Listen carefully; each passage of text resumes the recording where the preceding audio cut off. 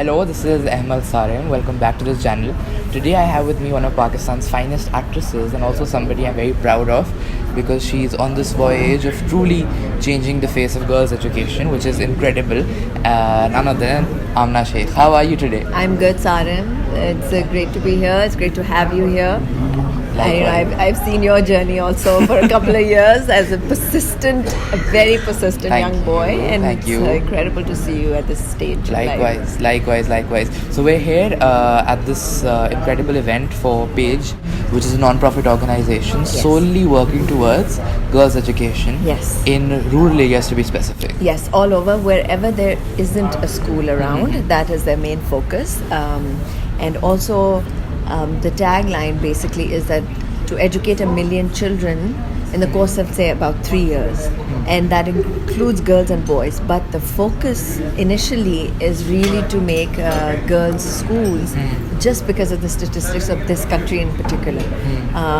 Because of cultural and misinterpreted religious reasons, girls are kept away from school a lot more than boys are over here. The statistics are really quite dire, which is why Page is focusing very much on girls' education, kind of minimizing the factors that prevent them from going to schools.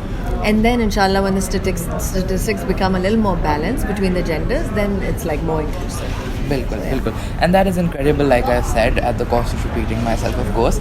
But tell me a little bit how you joined this incredible movement. Okay, so the last thing you probably encountered me on was Cake, the movie. And you took the cake for me. It was incredible. You watched it? Yeah, of course. I won't let you go without speaking about it. Okay. So we were out and about promoting Cake. It had been, we did the world premiere, and then we went to Pakistan, did the whole coverage. Then we went to Toronto, then US. So I had just finished my promotional tour, and I stayed on in the US for the summer. And that's when I got the call from Nadia Bukhari, who's one of the trustees of Page. She called and she was like very enthusiastic and passionately kind of offering me an alliance with Page. And they said, we want you as our global ambassador, and we want to do it in a very impactful way. We want you as our ambassador of change. And just the way I was approached, it was, it kind of stopped me in my steps. And at the same time, it hit home in a lot of ways, because I think I am at that stage of my life, just evolving in a way that I'm realizing day in and day out that we have to have a larger purpose in life. Entertainment, the arts, getting our voices out there, telling stories, establishes the narrative of whatever you're representing. Yeah. And it is so important that once you do establish yourself in that arena, one must take the responsibility to change the narrative, to elevate the narrative of the field, of the entertainment industry, and use that in a very clever way to instill change in the society you live in. Yeah. So I felt very strongly that I could be that agent. And when something, and I guess I was thinking along those lines also. I was thinking also about productions, and thinking about how to introduce higher, like a more thoughtful narrative in our serials and in our films, and in entertainment. Yeah. So I've been thinking along those lines. I've been working on concepts, and this came along. And I'm like, wow, how timely.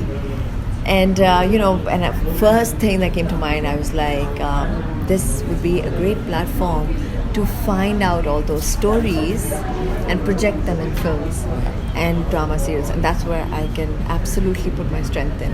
Because something I did want to ask you about was that the fact that we're making all these social commentaries today, a few of which are come from the heart, most of which don't because of the ratings rat race. Yeah. Something works, something doesn't, and for now, apparently, talking about abuse does. And as shallow as that may sound, of course, there are actors who are solely working for the past couple of years, have realized that as public figures, they're responsible of giving out a certain message. Yes. Do you think that, because I remember you also were associated with Always in getting female voices out there, women to enhance their skills, hone their craft, really find their talent. Yes. So you've actually been working towards women empowerment in the true sense of the way. tell me a little about, is this something that you're truly very passionate about? And do you find it a responsibility as a public figure? Absolutely. Absolutely, I do. And so it's in alignment with my values. And I think when they approached me, my first thing was, okay, there's so many NGOs out there, there's so many causes out there. It's very hard to decipher which one is the one that actually, applies things in a way that brings impact, right? And by the way, this to remove or to bring some balance in this girls' education scenario, one organization will not cut it. You need so many, because the task is so huge that you need a whole lot of organizations working towards the same cause. So PH is not at all setting itself apart from the rest. It is an inclusive kind of a cause when it comes to the more the merrier kind of. But what I'm trying to get to is that when they approached me, I said, my first thing was, although it all made sense to me, but at the same time I was like, why aren't we focusing on the boys? सही है, मुझे तो ये लग रहा है कि पिछले साल से this whole environment of Me Too, women empowerment, self-defense, empowering your women, it is so essential. But at the same time, it kind of, all the slogans, all the voices, the taglines, it further divides. It doesn't harmonize the genders. And we need to live in a society where both genders are living in harmonious coexistence. We can't be dividing them. Okay? So I was like, Me Too movement ho gaya, Zainab rape case ho gaya, sabke perpetrators men the na. So why aren't we focusing on the men? It's the boys that we need to elevate, educate, make them capable of handling women, make them capable of sustaining values, make them capable of upholding their families, communities, nation. And yeah. Now he was like, you're absolutely right, you can do that under the page banner, but look at our study of the last 3 years.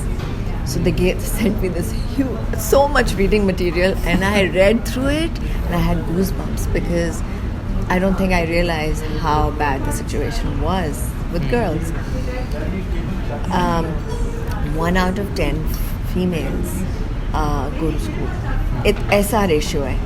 और हमारी society, you see, we are not representing the main Pakistani society. जो हमारे masses हैं, जो grassroots हैं, उसमें मसला ये है कि they do give preference to boys. They feel their boys are their investment, girls are not. लड़कियों को या तो जाने नहीं देते schools, जाते हैं तो उनको बहुत जल्दी निकाल के, like 2 जमातें पढ़ा के उनको शादी वादी के लिए बिठा देते. And that's the reality on ground. So that kind of made me sit back and be like, okay, these are the numbers. Yes, we do need to focus on bringing the numbers to some sort of a balance before we start advocating harmony. Because, something I also wanted to bring up was that, Aamina, you're evidently a woman, you're a daughter, you're a wife, and you're also a mother of another, I'm sure, a great woman when she'll grow up. Yeah, Misa. inshallah. And that puts a lot of pressure on you, because these are the causes that you've chosen for yourself as a public figure. Yes. Tell me a little about how much, all the movements that you've mentioned, Me Too, Time's Up, they're very relevant in the West, even in Pakistan, of course. How much do you relate to that? How much can you identify with that? In my personal scenario, and another reason why education suddenly feels like, yes, that's the cause I should represent. In my personal scenario, I think it is my education, my exposure, and my ability to maneuver myself in society that has kept me at bay from a lot of the things that a lot of our women suffer. So what has equipped me? Education. And what is it that majority of our women that they face, whether it's domestic abuse or it's sexual assault or any kind of injustice, it's also part and parcel about the fact that they cannot make a choice, or they cannot put their voice out, or say no, or just kind of find a way out, be intelligent about it. It's because they're not educated, right? And they're not aware of how to do these things. Hence, this is what we need to bulldoze forward, to equip our women, our girls, to be able to use their minds to get to maneuver and steer themselves in this kind of society. But you've also been a part of the entertainment industry specifically for over a decade now, of course. It's been 10 years. And in all these different capacities, beginning with production, I believe, modeling, and all the other mediums, when the small screen, the big screen, the stage, you've been through it all. How much of it is true? Listen, it's improved over the years. It's not the predominant state of being in the industry. Varna people like us would not be there. It is improving at massive speed, I feel. I still cannot say that it doesn't exist, because it does. And I personally have not experienced anything of that nature, but I know of people who have. I know of people who do get exploited and get taken for a ride, and it's very unfortunate. It is. And it exists. So it does need to be tackled at several levels. Education is just one thing. Education is just something that equips you, makes you self-sufficient. But there are other things that need to be instilled. But that does come from exposure and education. It does. And we need to pass it down. I feel so responsible now that you said as a mother. Maybe one of the reasons why this cause really hit home to me was because of Misa also. Like suddenly I am responsible for a life and a female life, and so I feel it more, and my exposure, my sensitivity has absolutely increased after having her in my life. So now I'm more empathetic, more sympathetic towards young ones and their future. It matters. And of course, I can't let you go without talking about acting. You're one of the greatest assets we have in the industry. You truly, like I said, took the cake in cake. Hi, thank you for saying that, and thank you for... It was such a beautiful film and a true representation of Pakistani cinema and voice. Thank you a lot. And I believe it made enough money to motivate Asim to make another film. Yes, absolutely. Thank goodness it did. Otherwise, we kept saying, okay, if this doesn't do well, it will really, people will shy away from making things that are experimental, that are this... that have depth. Dark as well. Yeah. So tell me a little about what's next. It's really... Most excited for that. I'm in a tough spot.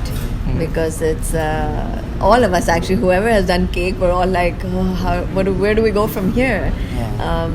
In Pakistan especially. So for me, what's next is the globe. Really, it's about going global. So there are offers from other industries? Well, no, I've been auditioning. Okay. And no, there are no offers as yet, but I've been auditioning and... Where specifically? In the US. Lovely. So I go back and forth quite a bit, and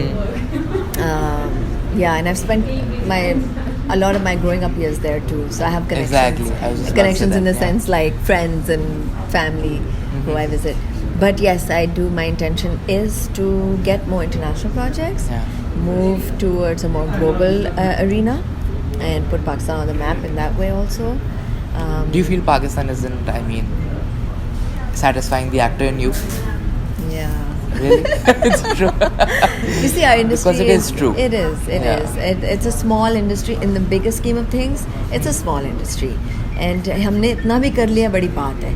Lekin we need to now look at things from a bigger perspective. With Amazon, Netflix, with the internet and streaming happening right in your palm.